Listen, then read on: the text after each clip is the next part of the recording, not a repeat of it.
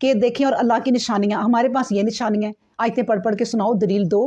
اور انہوں نے وہ نشانی اللہ نے جو دی دکھائی، تو اب کیا ہے، پہلے تو موسیٰ نہیں ڈر رہے تھے، اب انہوں نے بھی کہہ دیا کہ ہاں ہم موسیٰ، واضح طور پہ کہہ دیا موسیٰ اور اس کے بھائی کے رب پر ہم ایمان لے آئے۔ فرعون نے کہا کیا تم اس کے لیے ایمان لائے اس سے پہلے ہی کہ میں تم کو اجازت دوں؟ بلا شبہ وہ تمہارا بڑا ہے جس نے تم کو جادو سکھایا ہے، تم سب نے مل کر مجھے ذلیل کرنے کی سازش کی ہے، بس تم کو عنقریب غداری کا نتیجہ معلوم ہو جائے گا، اب ضرور ہی میں تمہارے ہاتھ اور پاؤں خلاف سمت کٹواؤں گا اور تم سب کو سولی چڑھا دیا جائے گا۔ انہوں نے بھی سکون قلب سے جواب دیا کہ کچھ حرج نہیں، ہم سب کو انجام کر اپنے پروردگار کی طرف ہی لوٹ جانا ہے۔ دیکھیں جب اللہ پر بندے کا ایمان پکا ہو جاتا ہے نا، تو سب سے پہلی بات یہ ہے دنیا کا ڈر ختم ہو جاتا ہے، یہ بھوک افلاس کا ڈر ختم ہو جاتا ہے، گھر میں چیزیں کم ہے نا اس کا ڈر ختم ہو جاتا ہے کہ اچھا اللہ مالک ہے، روزے کی چیزیں زیادہ نہیں بنی تو اللہ تعالیٰ اسی سے پیٹ بھر دیتا ہے، اسی میں برکت ڈال دیتا ہے۔ دنیا کے ارد گرد کے خوف ہی تو ہمیں لے بیٹھتے ہیں، تو پھر جب ہم اللہ پر ایمان لاتے ہیں تو پھر ہم سب سے پہلے یہ ہوتا ہے کہ دنیا کا خوف ختم ہو جاتا ہے۔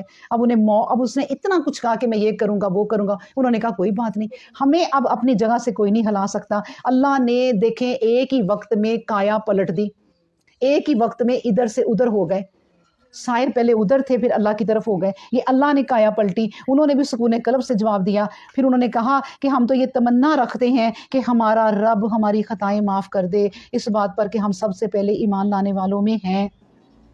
پھر اس کے بعد کہا ہم نے موسیٰ کی طرف وہی بھیجی کہ میرے بندوں کو لے کر رات کو نکل جاؤ، بلا شبہ تمہارا پیچھا کیا جائے گا۔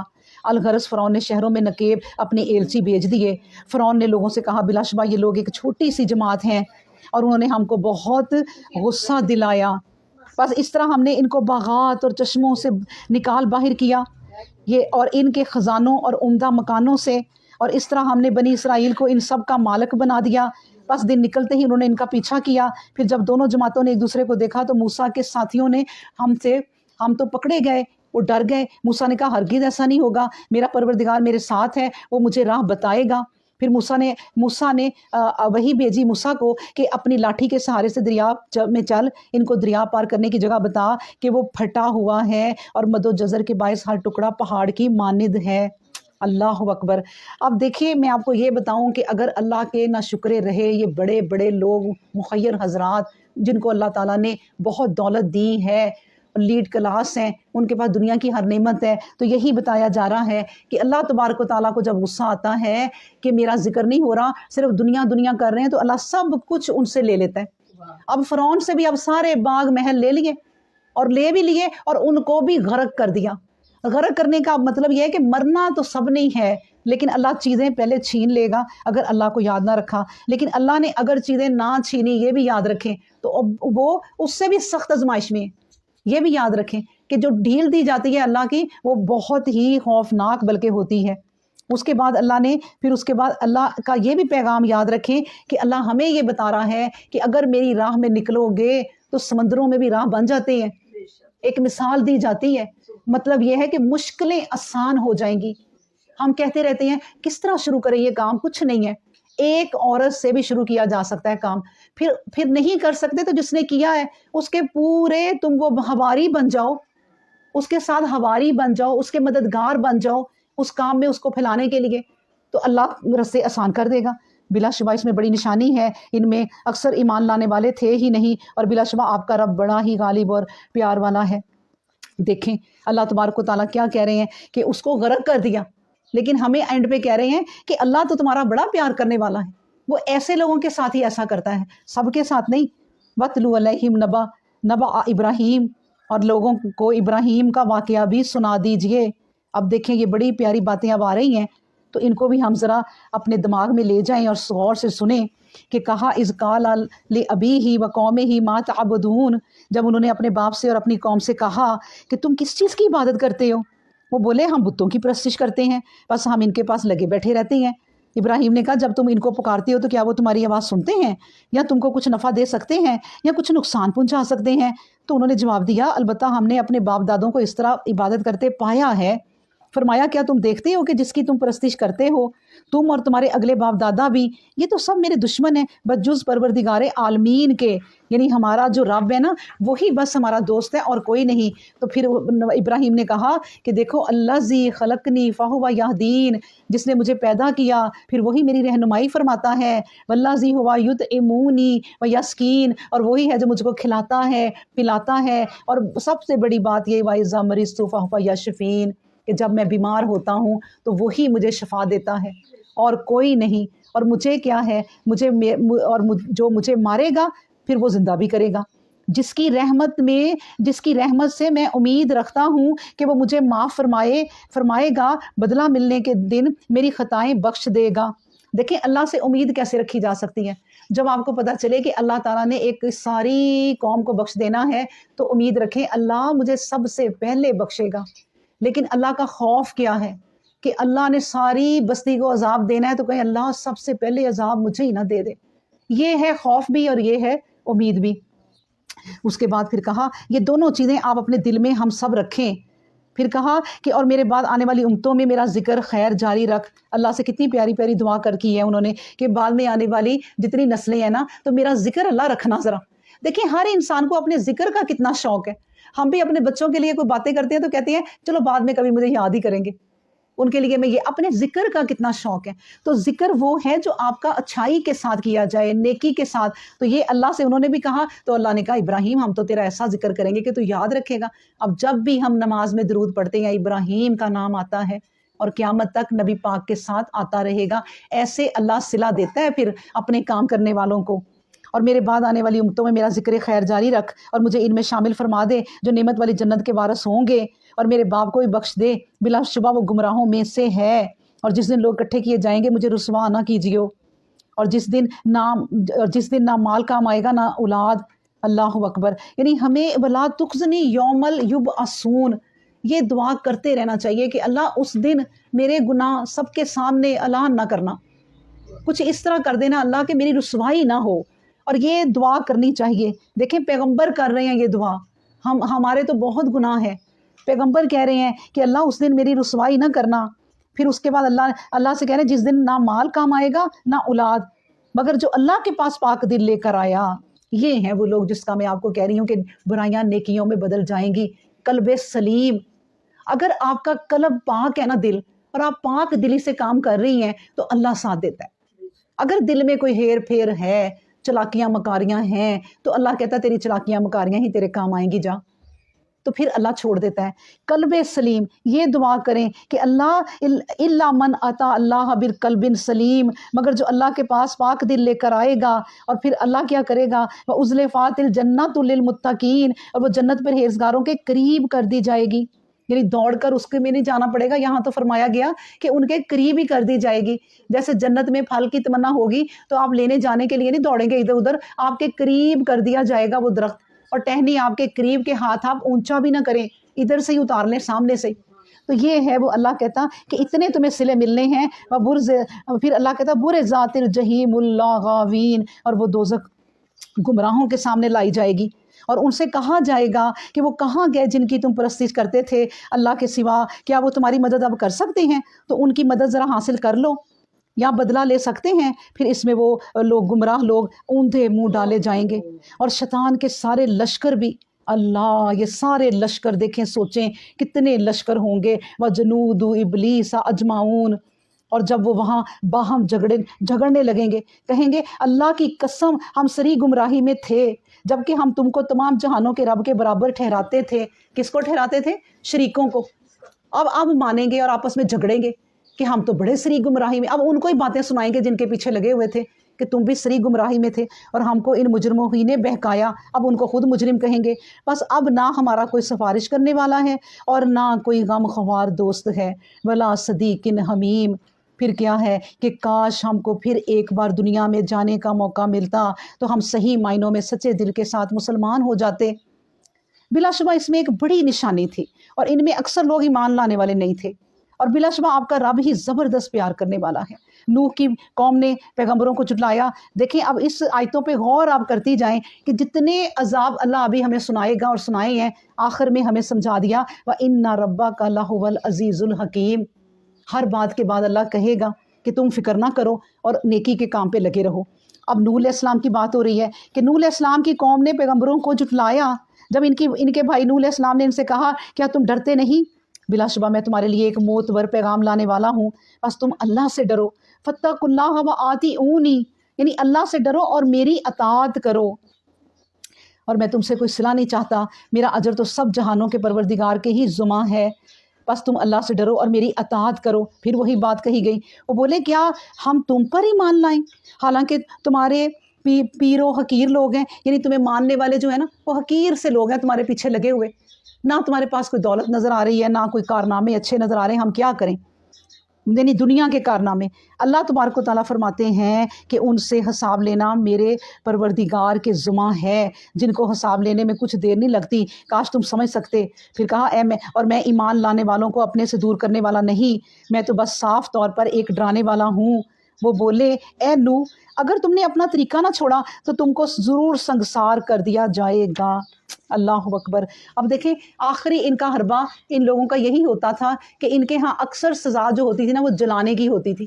آج بھی آپ دیکھیں یہ جہالت ہے، ہندوستان میں ایسے ایسے علاقے ہیں کہ جب بیوی فوت ہوتی ہے تو اس کی، جب میاں فوت ہوتا ہے نا پتی، تو اس کی پتنی کو بھی اس کے ساتھ جلا دیا جاتا ہے، زندہ کو۔ آج بھی جہالت ہے اور سزائیں یہ دی جاتی ہیں کہ اب پتی اگر مرا ہے تو بیوی نہیں جی سکتی۔ اللہ اکبر۔ تو یہ لوگ بھی کہتے تھے کہ جلا دیں گے، ایک پیغمبر کو کہا جا رہا ہے کہ جلا دیں گے، تو پھر پیغمبر کو پتا ہے کہ اب یہ مجھے نہیں چھوڑیں گے، تو اللہ سے دعا کیا ہے، قال ربی انا قومی کذابون۔ نوح نے کہا ہے میرے رب مجھے میری قوم نے جھٹلا دیا، بس تو میرے اور ان کے درمیان ایک کھلا فیصلہ فرما دیں اور مجھے اور میرے ساتھ آنے والوں میں ان کو بچا لیں۔ چنانچہ پھر کیا ہوا، ہم نے ان کو اور ان کے ساتھیوں کو بھری ہوئی کشتی میں اپنے قانون کے مطابق بٹھا کر بچا لیا۔ ثم اغرقنا بعد الباقین، پھر بعض سب کو باقیوں کو ہلاک کر دیا۔ پھر اللہ نے کہا انا فی ذالک لآیہ، بلا صبح اس میں قوم نوح کو غرق کرنے اور نوح کو بچانے میں نشانی ہے، اور ان میں اکثر لوگ ایمان لانے والے نہ تھے۔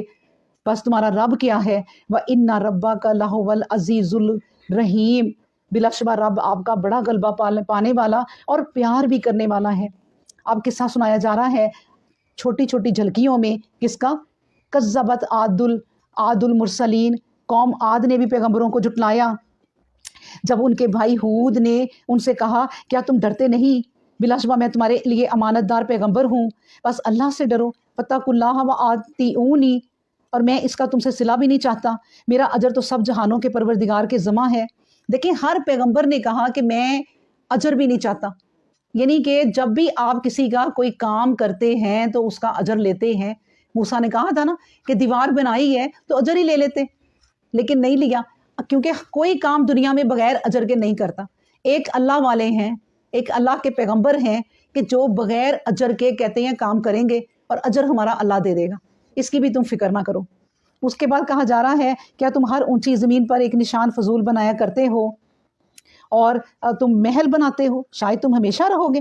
دیکھیں اگر بڑے بڑے گھر بنانے ہیں، میں آپ کو بار بار کہتی ہوں کہ اگر بڑے بڑے گھر بنانے ہیں تو آپ کا پھر ارادہ یہ ہے کہ ہمیشہ رہنا ہے، بس گھروں کو ایسا بناؤ کہ گزارا ہو جائے۔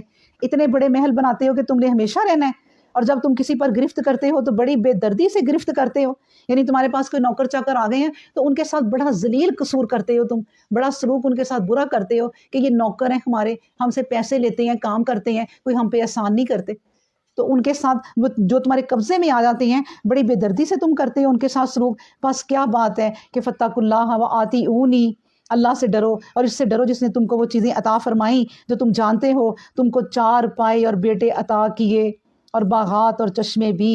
مجھے تمہارے بارے میں ایک بڑے دن کا عذاب کا ڈر ہے۔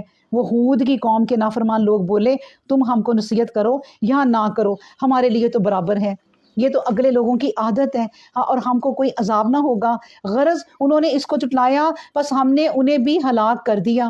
بس اس میں نشانی ہے، ان میں اکثر لوگ ایمان نہیں لاتے، لیکن آپ کا رب کیا ہے، وَإِنَّ رَبَّكَ لَهُوَ الْعَزِيزُ الرَّحِيمُ۔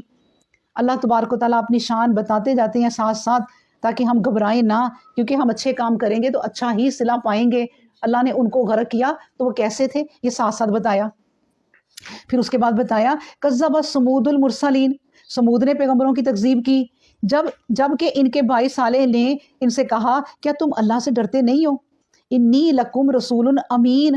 اب دیکھیں انہوں نے ایک الگ بات کی ہے، ہر رسول اپنی تھوڑا تھوڑا تعارف الگ بیچ میں کرا رہا ہے۔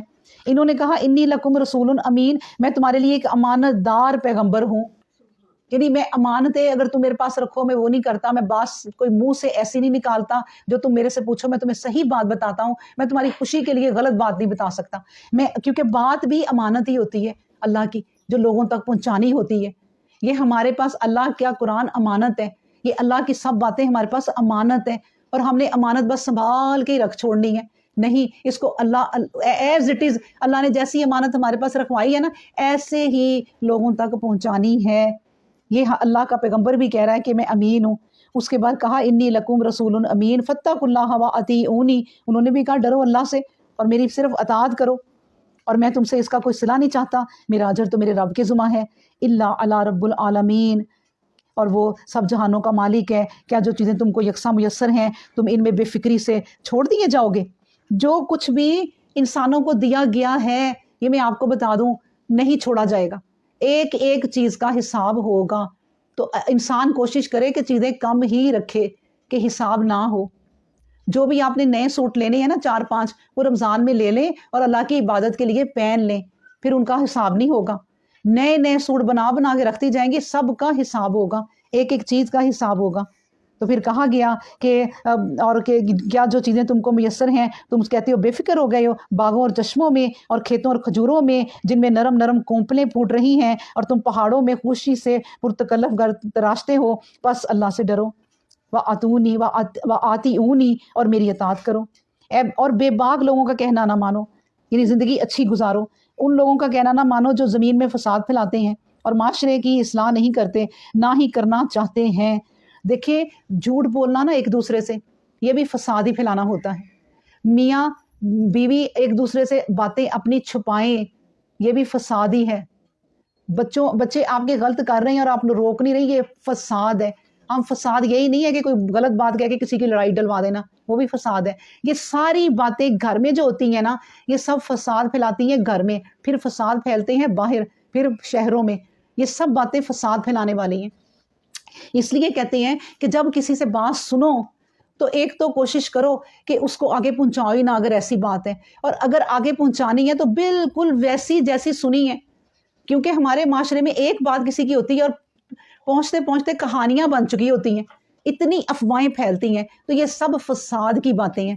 تو اس لیے معاشرے میں کوئی ایسی بات نہ کریں کہ جس سے فساد پھیلے، اور جو فسادی ہیں ان سے دور رہیں، اپنا کنارہ کشی کر لیں۔ پھر کہا گیا ہے کہ انہوں نے کہا کہ تم پر کسی نے جادو کیا ہے، تم بھی ہم جیسے آدمی ہو، بس اگر تم رسول ہونے کے دعویٰ میں سچے ہو تو کوئی نشانی پیش کرو۔ صالح علیہ السلام نے کہا یہ اونٹنی ہے، اس کے پانی پینے کی باری اور تمہارے پانی پلانے کی باری کا دن مقرر ہے، اور اس کو کوئی تکلیف نہ دینا ورنہ تم ایک بڑے سخت دن کا عذاب آ پکڑے گا۔ پھر انہوں نے اس کی کونچیں کاٹ ڈالی، پھر انہیں صبح کو پچھتانا پڑا، غرض ان کو عذاب نے آ لیا، بے شک اس میں نشانی ہے اور ان میں اکثر لوگ ایمان والے نہیں تھے۔ اچھا انہوں نے اونٹنی کی کونچیں کاٹ ڈالی جو اللہ کی نشانی تھی۔ یاد رکھیں کہ ہم نے اپنے ایمان کی کونچیں کاٹ ڈالی، ہم نے اپنے دین کی کونچیں کاٹ ڈالی، اپنے دین کو ہم نے ٹکڑے ٹکڑے کر لیا، کیونکہ یہ اللہ کی نشانی ہے۔ اس کو ہم وہاں یوز کرتے ہیں جہاں ہمارا فائدہ ہوتا ہے، اور وہاں یوز نہیں کرتے جہاں فائدہ نہیں ہوتا۔ جہاں ہم گھاٹے میں جا رہے ہوتے ہیں نا اس پر آیت نہیں لگاتے، وہ حدیث بھی چھپا لیتے ہیں۔ بات یہ ہے کہ چاہے آپ گھاٹے میں جاؤ، چاہے آپ کا سامان لٹ جائے، چاہے آپ کا گھر لٹ جائے، بات وہ کرو جو قرآن میں ہے، اس کی کونچے نہ کاٹو۔ اللہ نے ہمیں یہ بہت بڑی نشانی دی ہے، لیکن اللہ نے کہہ دیا کہ وَإِنَّ رَبَّكَ لَهُوَ الْعَزِيزُ الرَّحِيمُ۔ پھر اس کے بعد کذبت قوم لوط المرسلین، قوم لوط نے بھی پیغمبروں کو جھٹلایا جب ان سے ان کے بھائی لوط علیہ السلام نے کہا کیا تم ڈرتے نہیں؟ بلا شبہ میں تمہارے لیے ایک معتبر پیغام لانے والا ہوں، بس اللہ سے ڈرو، وَآتِعُونِی، میری اطاعت کرو، اور میں اس پر تم سے کوئی صلہ نہیں چاہتا، کوئی اجر نہیں چاہتا۔ کہا گیا کیا تم تمام جہانوں میں غیر فطری فعل کے لیے لڑکوں پر ہی مائل ہوتے ہو؟ اور اپنی بیویوں کو جو اللہ نے تمہارے لیے بنائی ہیں ان کو چھوڑ دیتے ہو، حقیقت یہ ہے کہ تم حد سے ہی نکل جانے والے ہو۔ اب ہمارے ہاں اتنی یہ مصیبتیں ہیں، آپ سوچیں کہ اتنے بڑے بڑے مجرم، اونچے لمبے، یہاں بھی اور باہر کے ملکوں میں بھی جو اس طرح کے گناہ کرتے ہیں، اور لڑکیوں کو بھی اب کوئی دلچسپی نہیں لیتے، تو وہ صرف کیا کرتے ہیں کہ چھوٹے معصوم بچوں کو آپ پکڑتے ہیں، یہاں تک کہ آپ میں نے کہیں پڑھا تھا کہ باہر کے ملکوں میں، تو میں نام نہیں لیتی کہ فساد پھیلتے ہیں کہ ہمارے ملک کا نام لے لے کر لوگ بدنام کرتے ہیں، تو باہر کے ملکوں میں یہاں تک کہ بچے پارکوں میں کھیلتے ہوئے، عام بچے، ان کو مووی بنا کے بیچنے والے دکھاتے ہیں کہ ان میں سے آپ پسند کر لیں تو ہم آپ کو بچہ کڈنیپ کر دیں گے۔ بچے پسند کیے جاتے ہیں چھوٹے، اور میں آپ کو بتاؤں آج کل یہ بیماری کہ جتنے چھوٹے بچے ہوں اتنا ہی پسند کرتے ہیں، بڑے بچے کو نہیں کرتے۔ ظلم دیکھیں آپ، تو اللہ وہ پکار پکار کے ہمیں بتا رہا ہے کہ یہ ساری باتیں ہوتی تھیں اور اب بھی ہیں، بچو ان سے، اللہ کا پیغام پہنچاؤ، اس کا اجر میں تمہیں دوں گا۔ اپنے بچوں کو شروع سے یہ باتیں سناؤ تاکہ ان کے ذہن میں ایمان رہے کہ ان چیزوں سے ہم نے بچنا ہے، کیونکہ وہ بچے، وہ جو مجرم بنے ہیں، ان کی کئی مسلمان بھی ہیں، وہ کیسے بن گئے؟ ان کے گھروں میں کبھی قرآن نہیں پڑھا گیا، نماز نہیں پڑھی گئی، اور اس طرح کے ماحول میں ہی رہے، بہن بھائیوں میں بیٹھنے میں کوئی تمیز نہیں رکھتے تھے، مائیں اپنے بیٹوں کے سامنے بھی دوپٹہ لے کے بیٹھیں، مائیں اپنے آپ کو ڈھکیں، گھر سے ہی یہ شروع ہوتی ہیں چیزیں۔ میں آپ کو بتاؤں، میں آپ کو کہتی جا رہی ہوں، گھر ہی ہمارا چھوٹا معاشرہ ہے، اسی سے فساد دنیا میں پھیلتے ہیں، تو اس لیے یہ بہت دھیان رکھنا چاہیے۔ پھر فرمایا کیا تم تمام جہانوں میں غیر فطری فعل کے لیے صرف لڑکوں پر مائل ہوتے ہو، اپنی بیویوں کو جو اللہ نے تمہارے لیے بنائی ہیں ان کو چھوڑ دیتے ہو، حقیقت یہ ہے کہ تم حد سے ہی نکل جانے والے ہو۔ اور وہ بولے، بے دھڑک کہنے لگے، اے لوط، اگر تو باز نہ آؤ گے تو تم شہر سے نکال دیے جاؤ گے۔ لوط نے کہا کہ میں تمہارے کاموں سے بیزار ہو گیا ہوں۔ اور بیزار کیوں نہ ہوتے؟ آپ سوچیں کہ پیغمبر کتنے کتنے سال تبلیغ کرتے تھے، ہم تو ایک دفعہ کسی کے گھر جاتے ہیں دوبارہ نہیں جاتے کہ نہیں بھائی اس نے ہمیں منہ نہیں لگایا، ہماری بات نہیں سنی۔ تو یہ پیغمبر ہیں اللہ کے، جن کو ڈیوٹی دی ہے اللہ نے، اور وہ پھر اتنے سالوں بعد کہتے ہیں یہ بات کہ میں بیزار ہو گیا ہوں۔ پھر کہتے ہیں اللہ بھی پھر ان کی پکار سنتے ہیں۔ کیوں سنتے ہیں؟ کہ اللہ ان کی محنت دیکھتے ہیں، اتنی محنت، اتنی باتیں سنی، اتنی مصیبتیں، تو اللہ پھر کہتے ہیں کہ ربی نجنی و اہلی مما یعملون، اے پروردگار، اے میرے پروردگار، مجھے اور میرے لوگوں کو ان کے وبال سے نجات دے دے۔ تو پھر آپ اس پر پھر اللہ تبارک و تعالیٰ بھی کہتے ہیں کہ فنجیناہ و اہلہ اجمعین، بس ہم نے بھی ان کو اور سب کو نجات دے دی، سوائے اس کی بیوی کے جو پیچھے رہ جانے والوں میں ہوگی، پھر ہم سب نے دوسروں کو ہلاک کر دیا ہم نے۔ پھر کہا گیا کہ ہلاک کیسے کیا، وَأَمْطَرْنَا عَلَيْهِمْ مَطْرًا، اور ان عذاب الہی سے ڈرنے والوں پر، نہ ڈرنے والوں پر ایک می برسایا، سو وہ کتنا برا می تھا ان ڈرائے ہوئے لوگوں پر۔